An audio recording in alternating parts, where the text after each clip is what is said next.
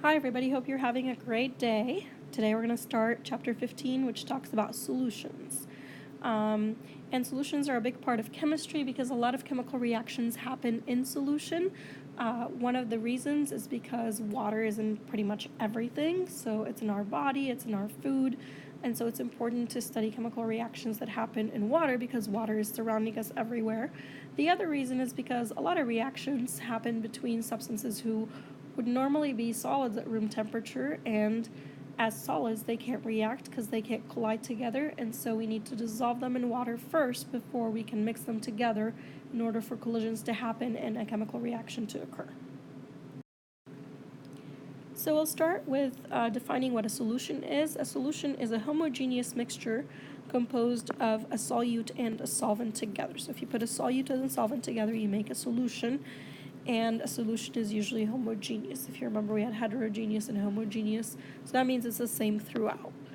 A solute is a substance that you are dissolving. The solvent is a substance which acts as the dissolving medium. So for example, if you have a solution of sugar water, if you're trying to make lemonade and you put your sugar in your water and you dissolve it, water would be your solvent and the sugar would be your solute. Sometimes it's pretty easy to tell. Other times it's hard. So let's say you have two metals mixing together to make an alloy, or you have two gases together, or two liquids, or something like that. Well, the one that you have more of is going to be the one that's your solvent. The one that you have less of is going to be your solute in that case. When we dissolve things, we typically say that they are either soluble or insoluble in the substance that they're being dissolved in. So we had already talked about this briefly before. Soluble means that the substance dissolves in the other substance. Insoluble means it does not dissolve.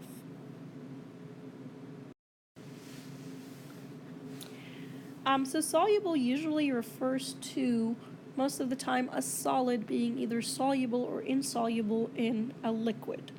But if you have two liquids together mixing, instead of soluble and insoluble, we use the words miscible or immiscible. And think of miscible as mixable. So if it's miscible, if you have two miscible liquids, that means that they can mix in any proportions. For example, alcohol and water are miscible. You can mix them in any proportions. You can have as much alcohol or as much water as you want, and they're still going to mix. Immiscible liquids means they do not mix in any proportions. So vegetable oil and water will never mix. You can keep shaking them to form an emulsion, but then when you let it sit, it's going to separate and they'll never mix. So again, miscible and immiscible usually are for two liquids. Soluble and insoluble are usually for a solid in a liquid, or a gas in a liquid. And when we talk about solubility, typically it's to a certain extent. So I can dissolve sugar in water, so sugar is soluble in water, but to some extent. If I keep adding sugar to my water, eventually it's going to stop being soluble. But we'll discuss that, the amount of solubility, a little bit later. Now, usually when we think of a solution, we think of a solid dissolved in a liquid, and most solutions are that way, but they don't have to be. There are other types of solutions as well. As long as it's a homogeneous mixture, it works. It's considered a solution. So let's say that I take a solvent that's a gas and a solute that's a gas, and I mix them together to make a solution that's also in the gaseous phase. That would be considered a solution. An example of that is air. So in air, we would say our solvent would be nitrogen because there's a lot more of it, and then the solute would be oxygen or argon or carbon dioxide or water vapor or any of the other ones. Let's look at if your solvent is a liquid and you're dissolving a gas in it. Your overall solution would be a liquid. Can you think of any examples in that where your solvent would be a liquid and your solute would be a gas? Think about something that you may drink. Soda. Soda would be an example of that. You dissolve carbon dioxide in water. All right, next one is if you have a liquid and another liquid mixing together, so they're miscible liquids, your solution will also be a liquid. So we gave an example of that as isopropyl alcohol or rubbing alcohol. If you look at your rubbing alcohol bottle at home, it is usually 91% or 70%. There's a couple of varieties there, alcohol, and then the rest is water. So you mix them together.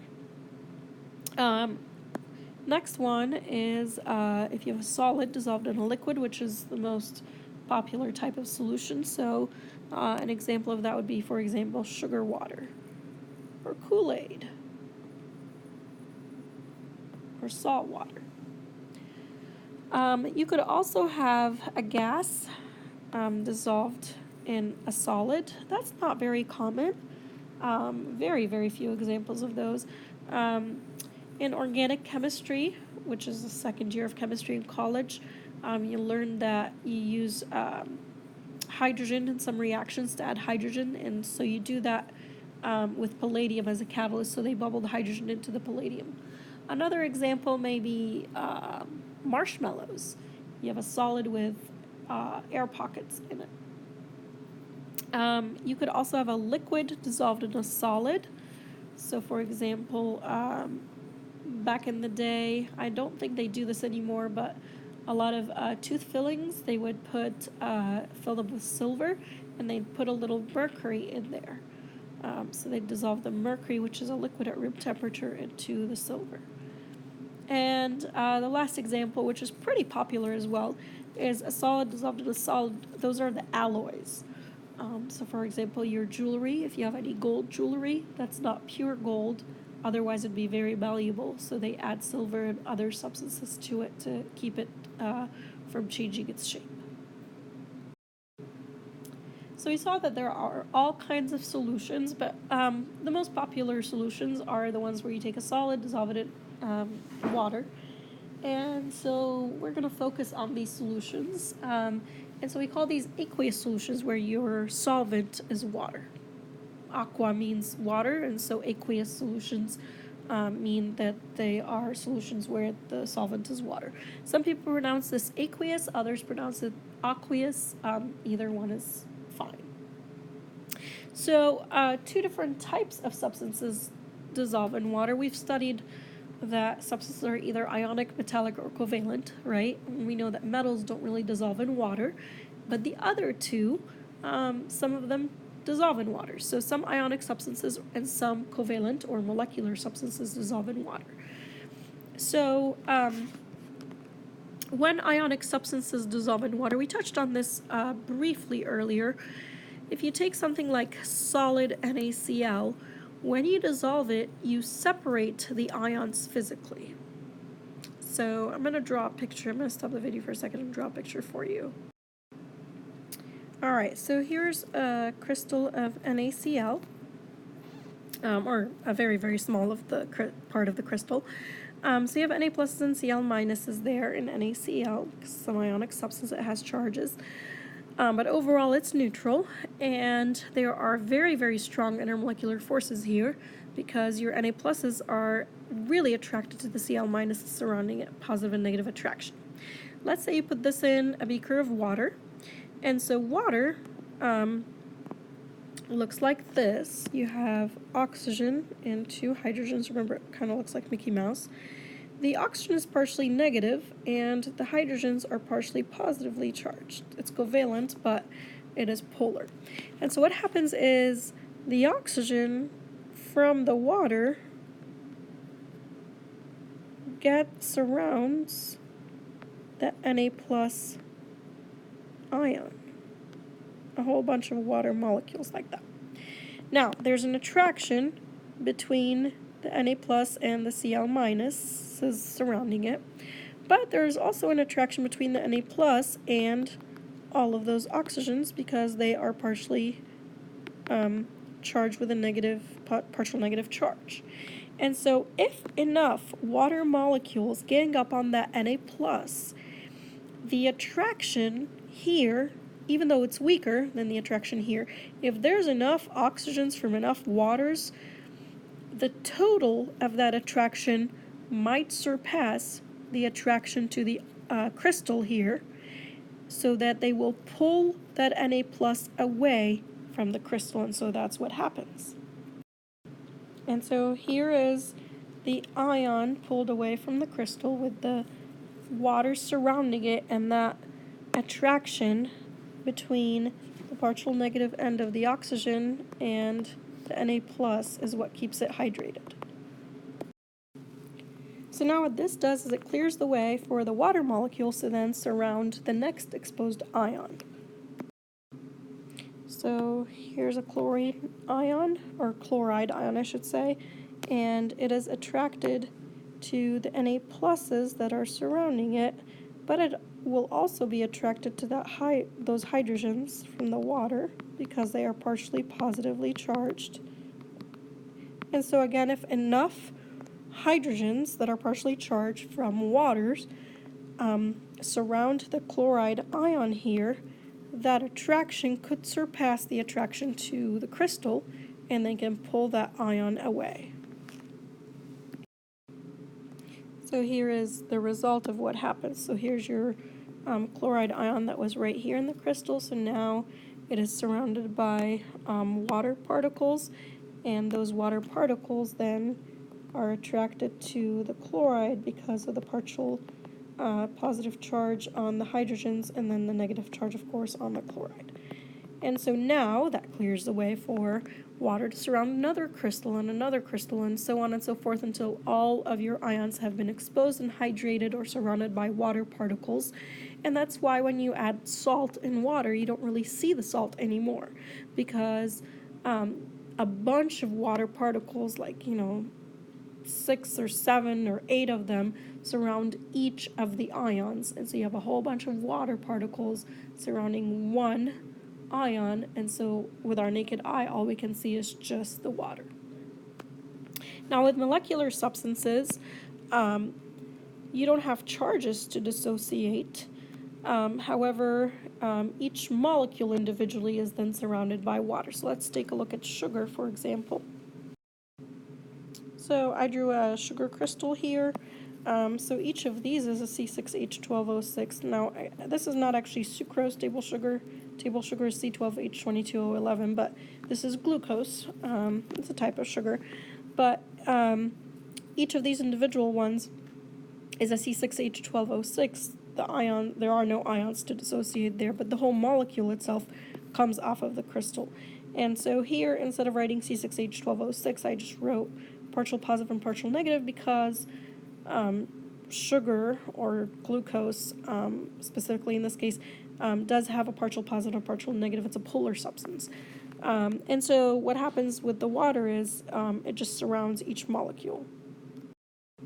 And so here it is as a molecule hydrated. So this whole thing is a C6H12O6. And so the water particles are surrounding it. Notice that the partial positive end of the molecule is surrounded by the oxygens, and the negative or partial negative end of the molecule is surrounded by the hydrogens. Same idea, just no dissociation. Just we say that the molecules are hydrated. And so again, when you put sugar in water, that's why I don't see the sugar anymore, because one sugar molecule would be surrounded by a whole bunch of water molecules. All right, so now we want to know what kinds of things dissolve in what. Like, can I predict if sugar would dissolve in water or not, or would it dissolve in oil or not, or in hexane or in acetone? There is a way to predict it. So to kind of show that as an analogy, we're going to use marbles and magnets. And those are going to represent our polar and nonpolar substances. So you don't need to write this down, but basically I'm using magnets to represent my polar substances, and I'm using marbles to represent my nonpolar substances. Now, why is that? Well, because polar substances are really attracted to each other because of the partial negative and partial positive ends of the molecule, kind of like magnets. You know how they have north and the south end. So those are going to be represented by the magnets because they're really attracted to each other and they have opposite ends. The nonpolar substances are not really attracted that much, and so I'm going to use marbles to represent that because marbles are not really attracted to each other that much. I need 2 volunteers to help, maybe the host or hostess of the class, and then they can pick somebody, or maybe somebody can volunteer. So please pause the video for a minute until two people can go up there and kind of take a look at the magnets and the marbles. Alright, so the volunteers, I would like you to first get two sets of magnets, so some of the red magnets and some of the black magnets, and either in your hand or in the beaker there, I want you to try to mix them together. So physically, try to put a red magnet and then a black magnet and then a red magnet and a black magnet. Try to mix them as much as you can. And then the students sitting down, I want you to predict, what do you think? Would they be able to mix them so they would end up with the magnets, alternating colors? Or would all the black separate from all the red? What do you think?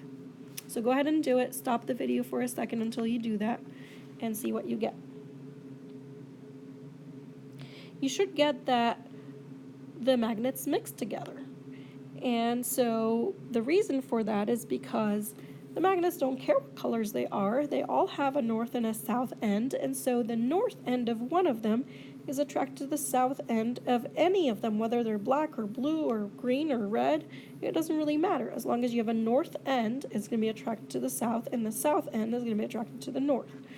So they will mix.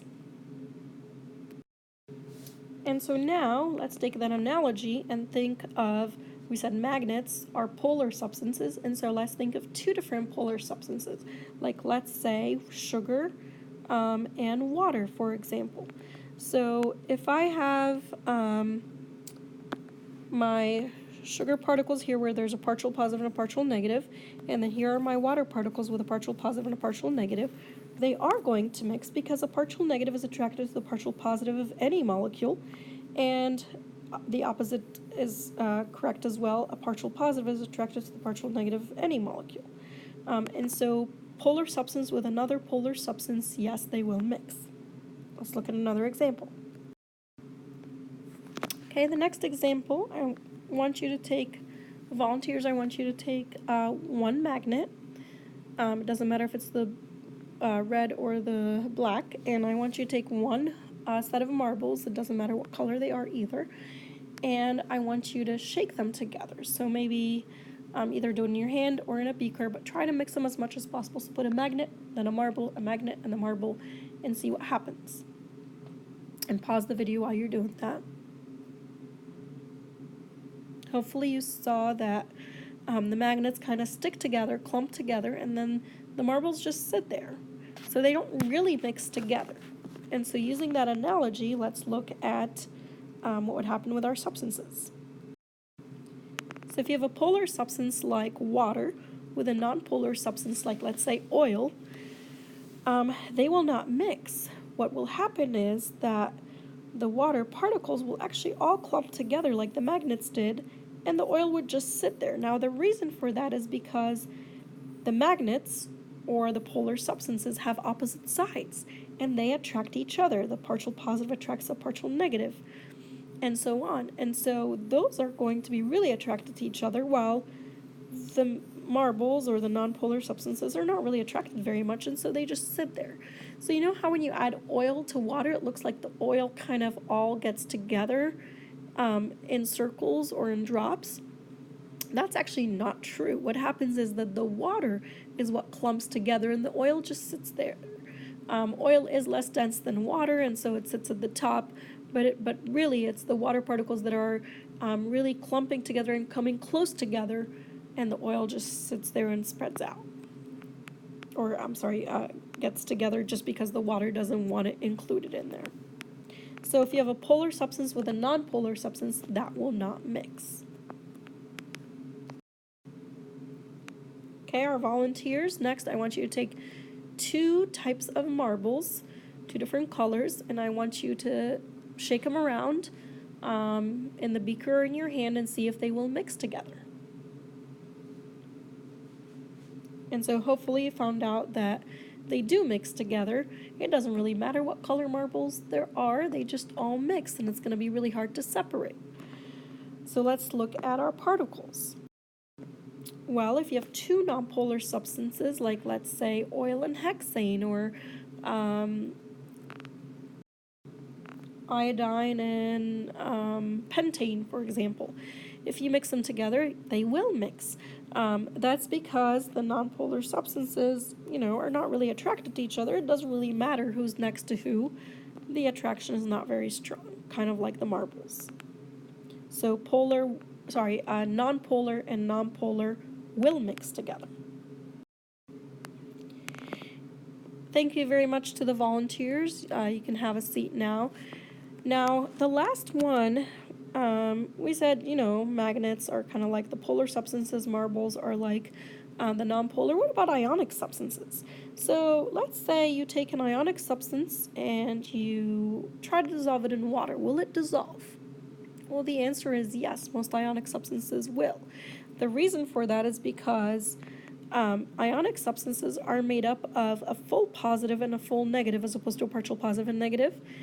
And so what happens is still there's an attraction between the positive and the negative end of any molecule with any molecule. It's just that the water gets in between them and the ions dissociate. So let's look at the picture here. So the positive cation is surrounded by the oxygens in the water. The negative anion is surrounded by the positive hydrogens in the water, just like we saw with the dissociation of salt. So an ionic substance with a polar substance will mix. So to summarize what we just talked about, I just wrote down our observations from our activity here. So we said polar with polar, the two magnets mixed. Polar with nonpolar, so when we had a magnet with a marble, they didn't mix. Nonpolar with nonpolar, so when we had two marbles, they mixed. And we didn't really check that one, but we talked about how they would mix. So we can summarize this by saying polar molecules will dissolve in polar solvents. Nonpolar molecules will dissolve in nonpolar solvents, and ionic substances will dissolve in polar solvents. To further summarize that, you can say like dissolves like. Now, what does that mean? Well, if the substances are alike, then they're going to mix. If they're not alike, they won't mix.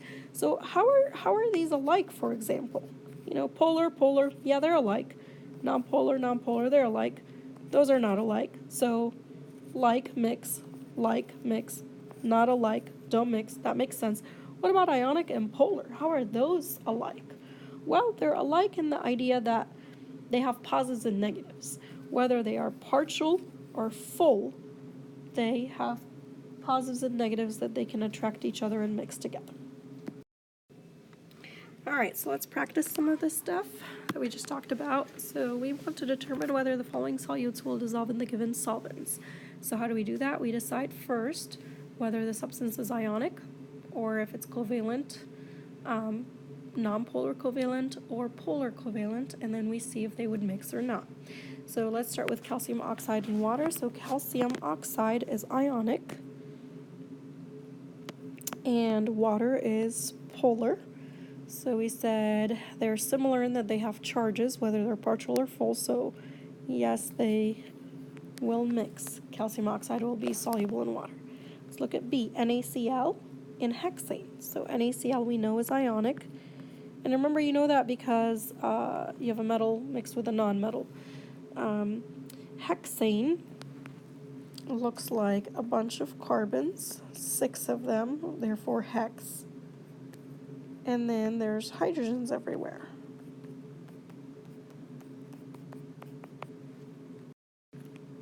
So what do you think? Well, that's non-polar. It's symmetric everywhere, so it is non-polar, it's not sided, and so ionic has charges, non-polar doesn't have any, no partial charges, and so nope, those will not mix together. All right, how about iodine in hexane? Well, iodine is just I2, it just looks like this with, a bunch of lone pairs there, so that is symmetric, so it's non-polar.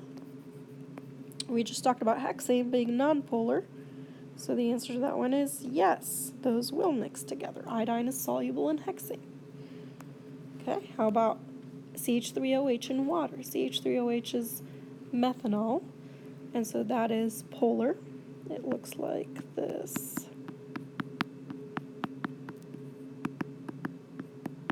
So that's definitely polar.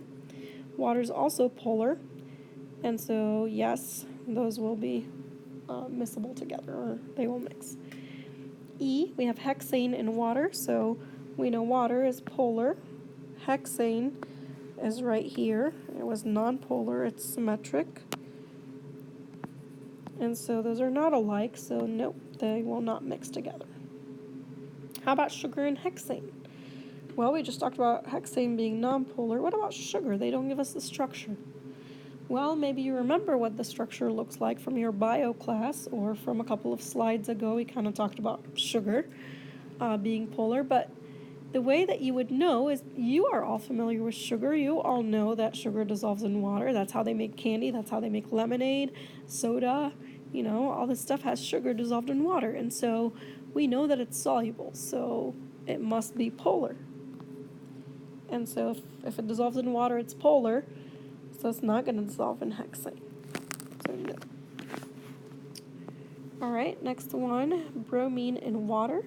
So bromine kind of looks like I2. Let's just be R2 instead. And so that would be nonpolar. Water we know is polar, and so no, they will not mix. How about hexane and methanol? Hexane we said was nonpolar. Methanol from earlier we said was polar. And so those will not mix. And the last one, glucose in water. Glucose is a type of sugar, so we know it's polar. Water we know is polar, and so yes. You know, when you go to the hospital and you give IVs, that's basically glucose dissolved in water. It's a glucose solution. All right, I hope this helped. Hope to see you tomorrow in class. Have a great rest of your day.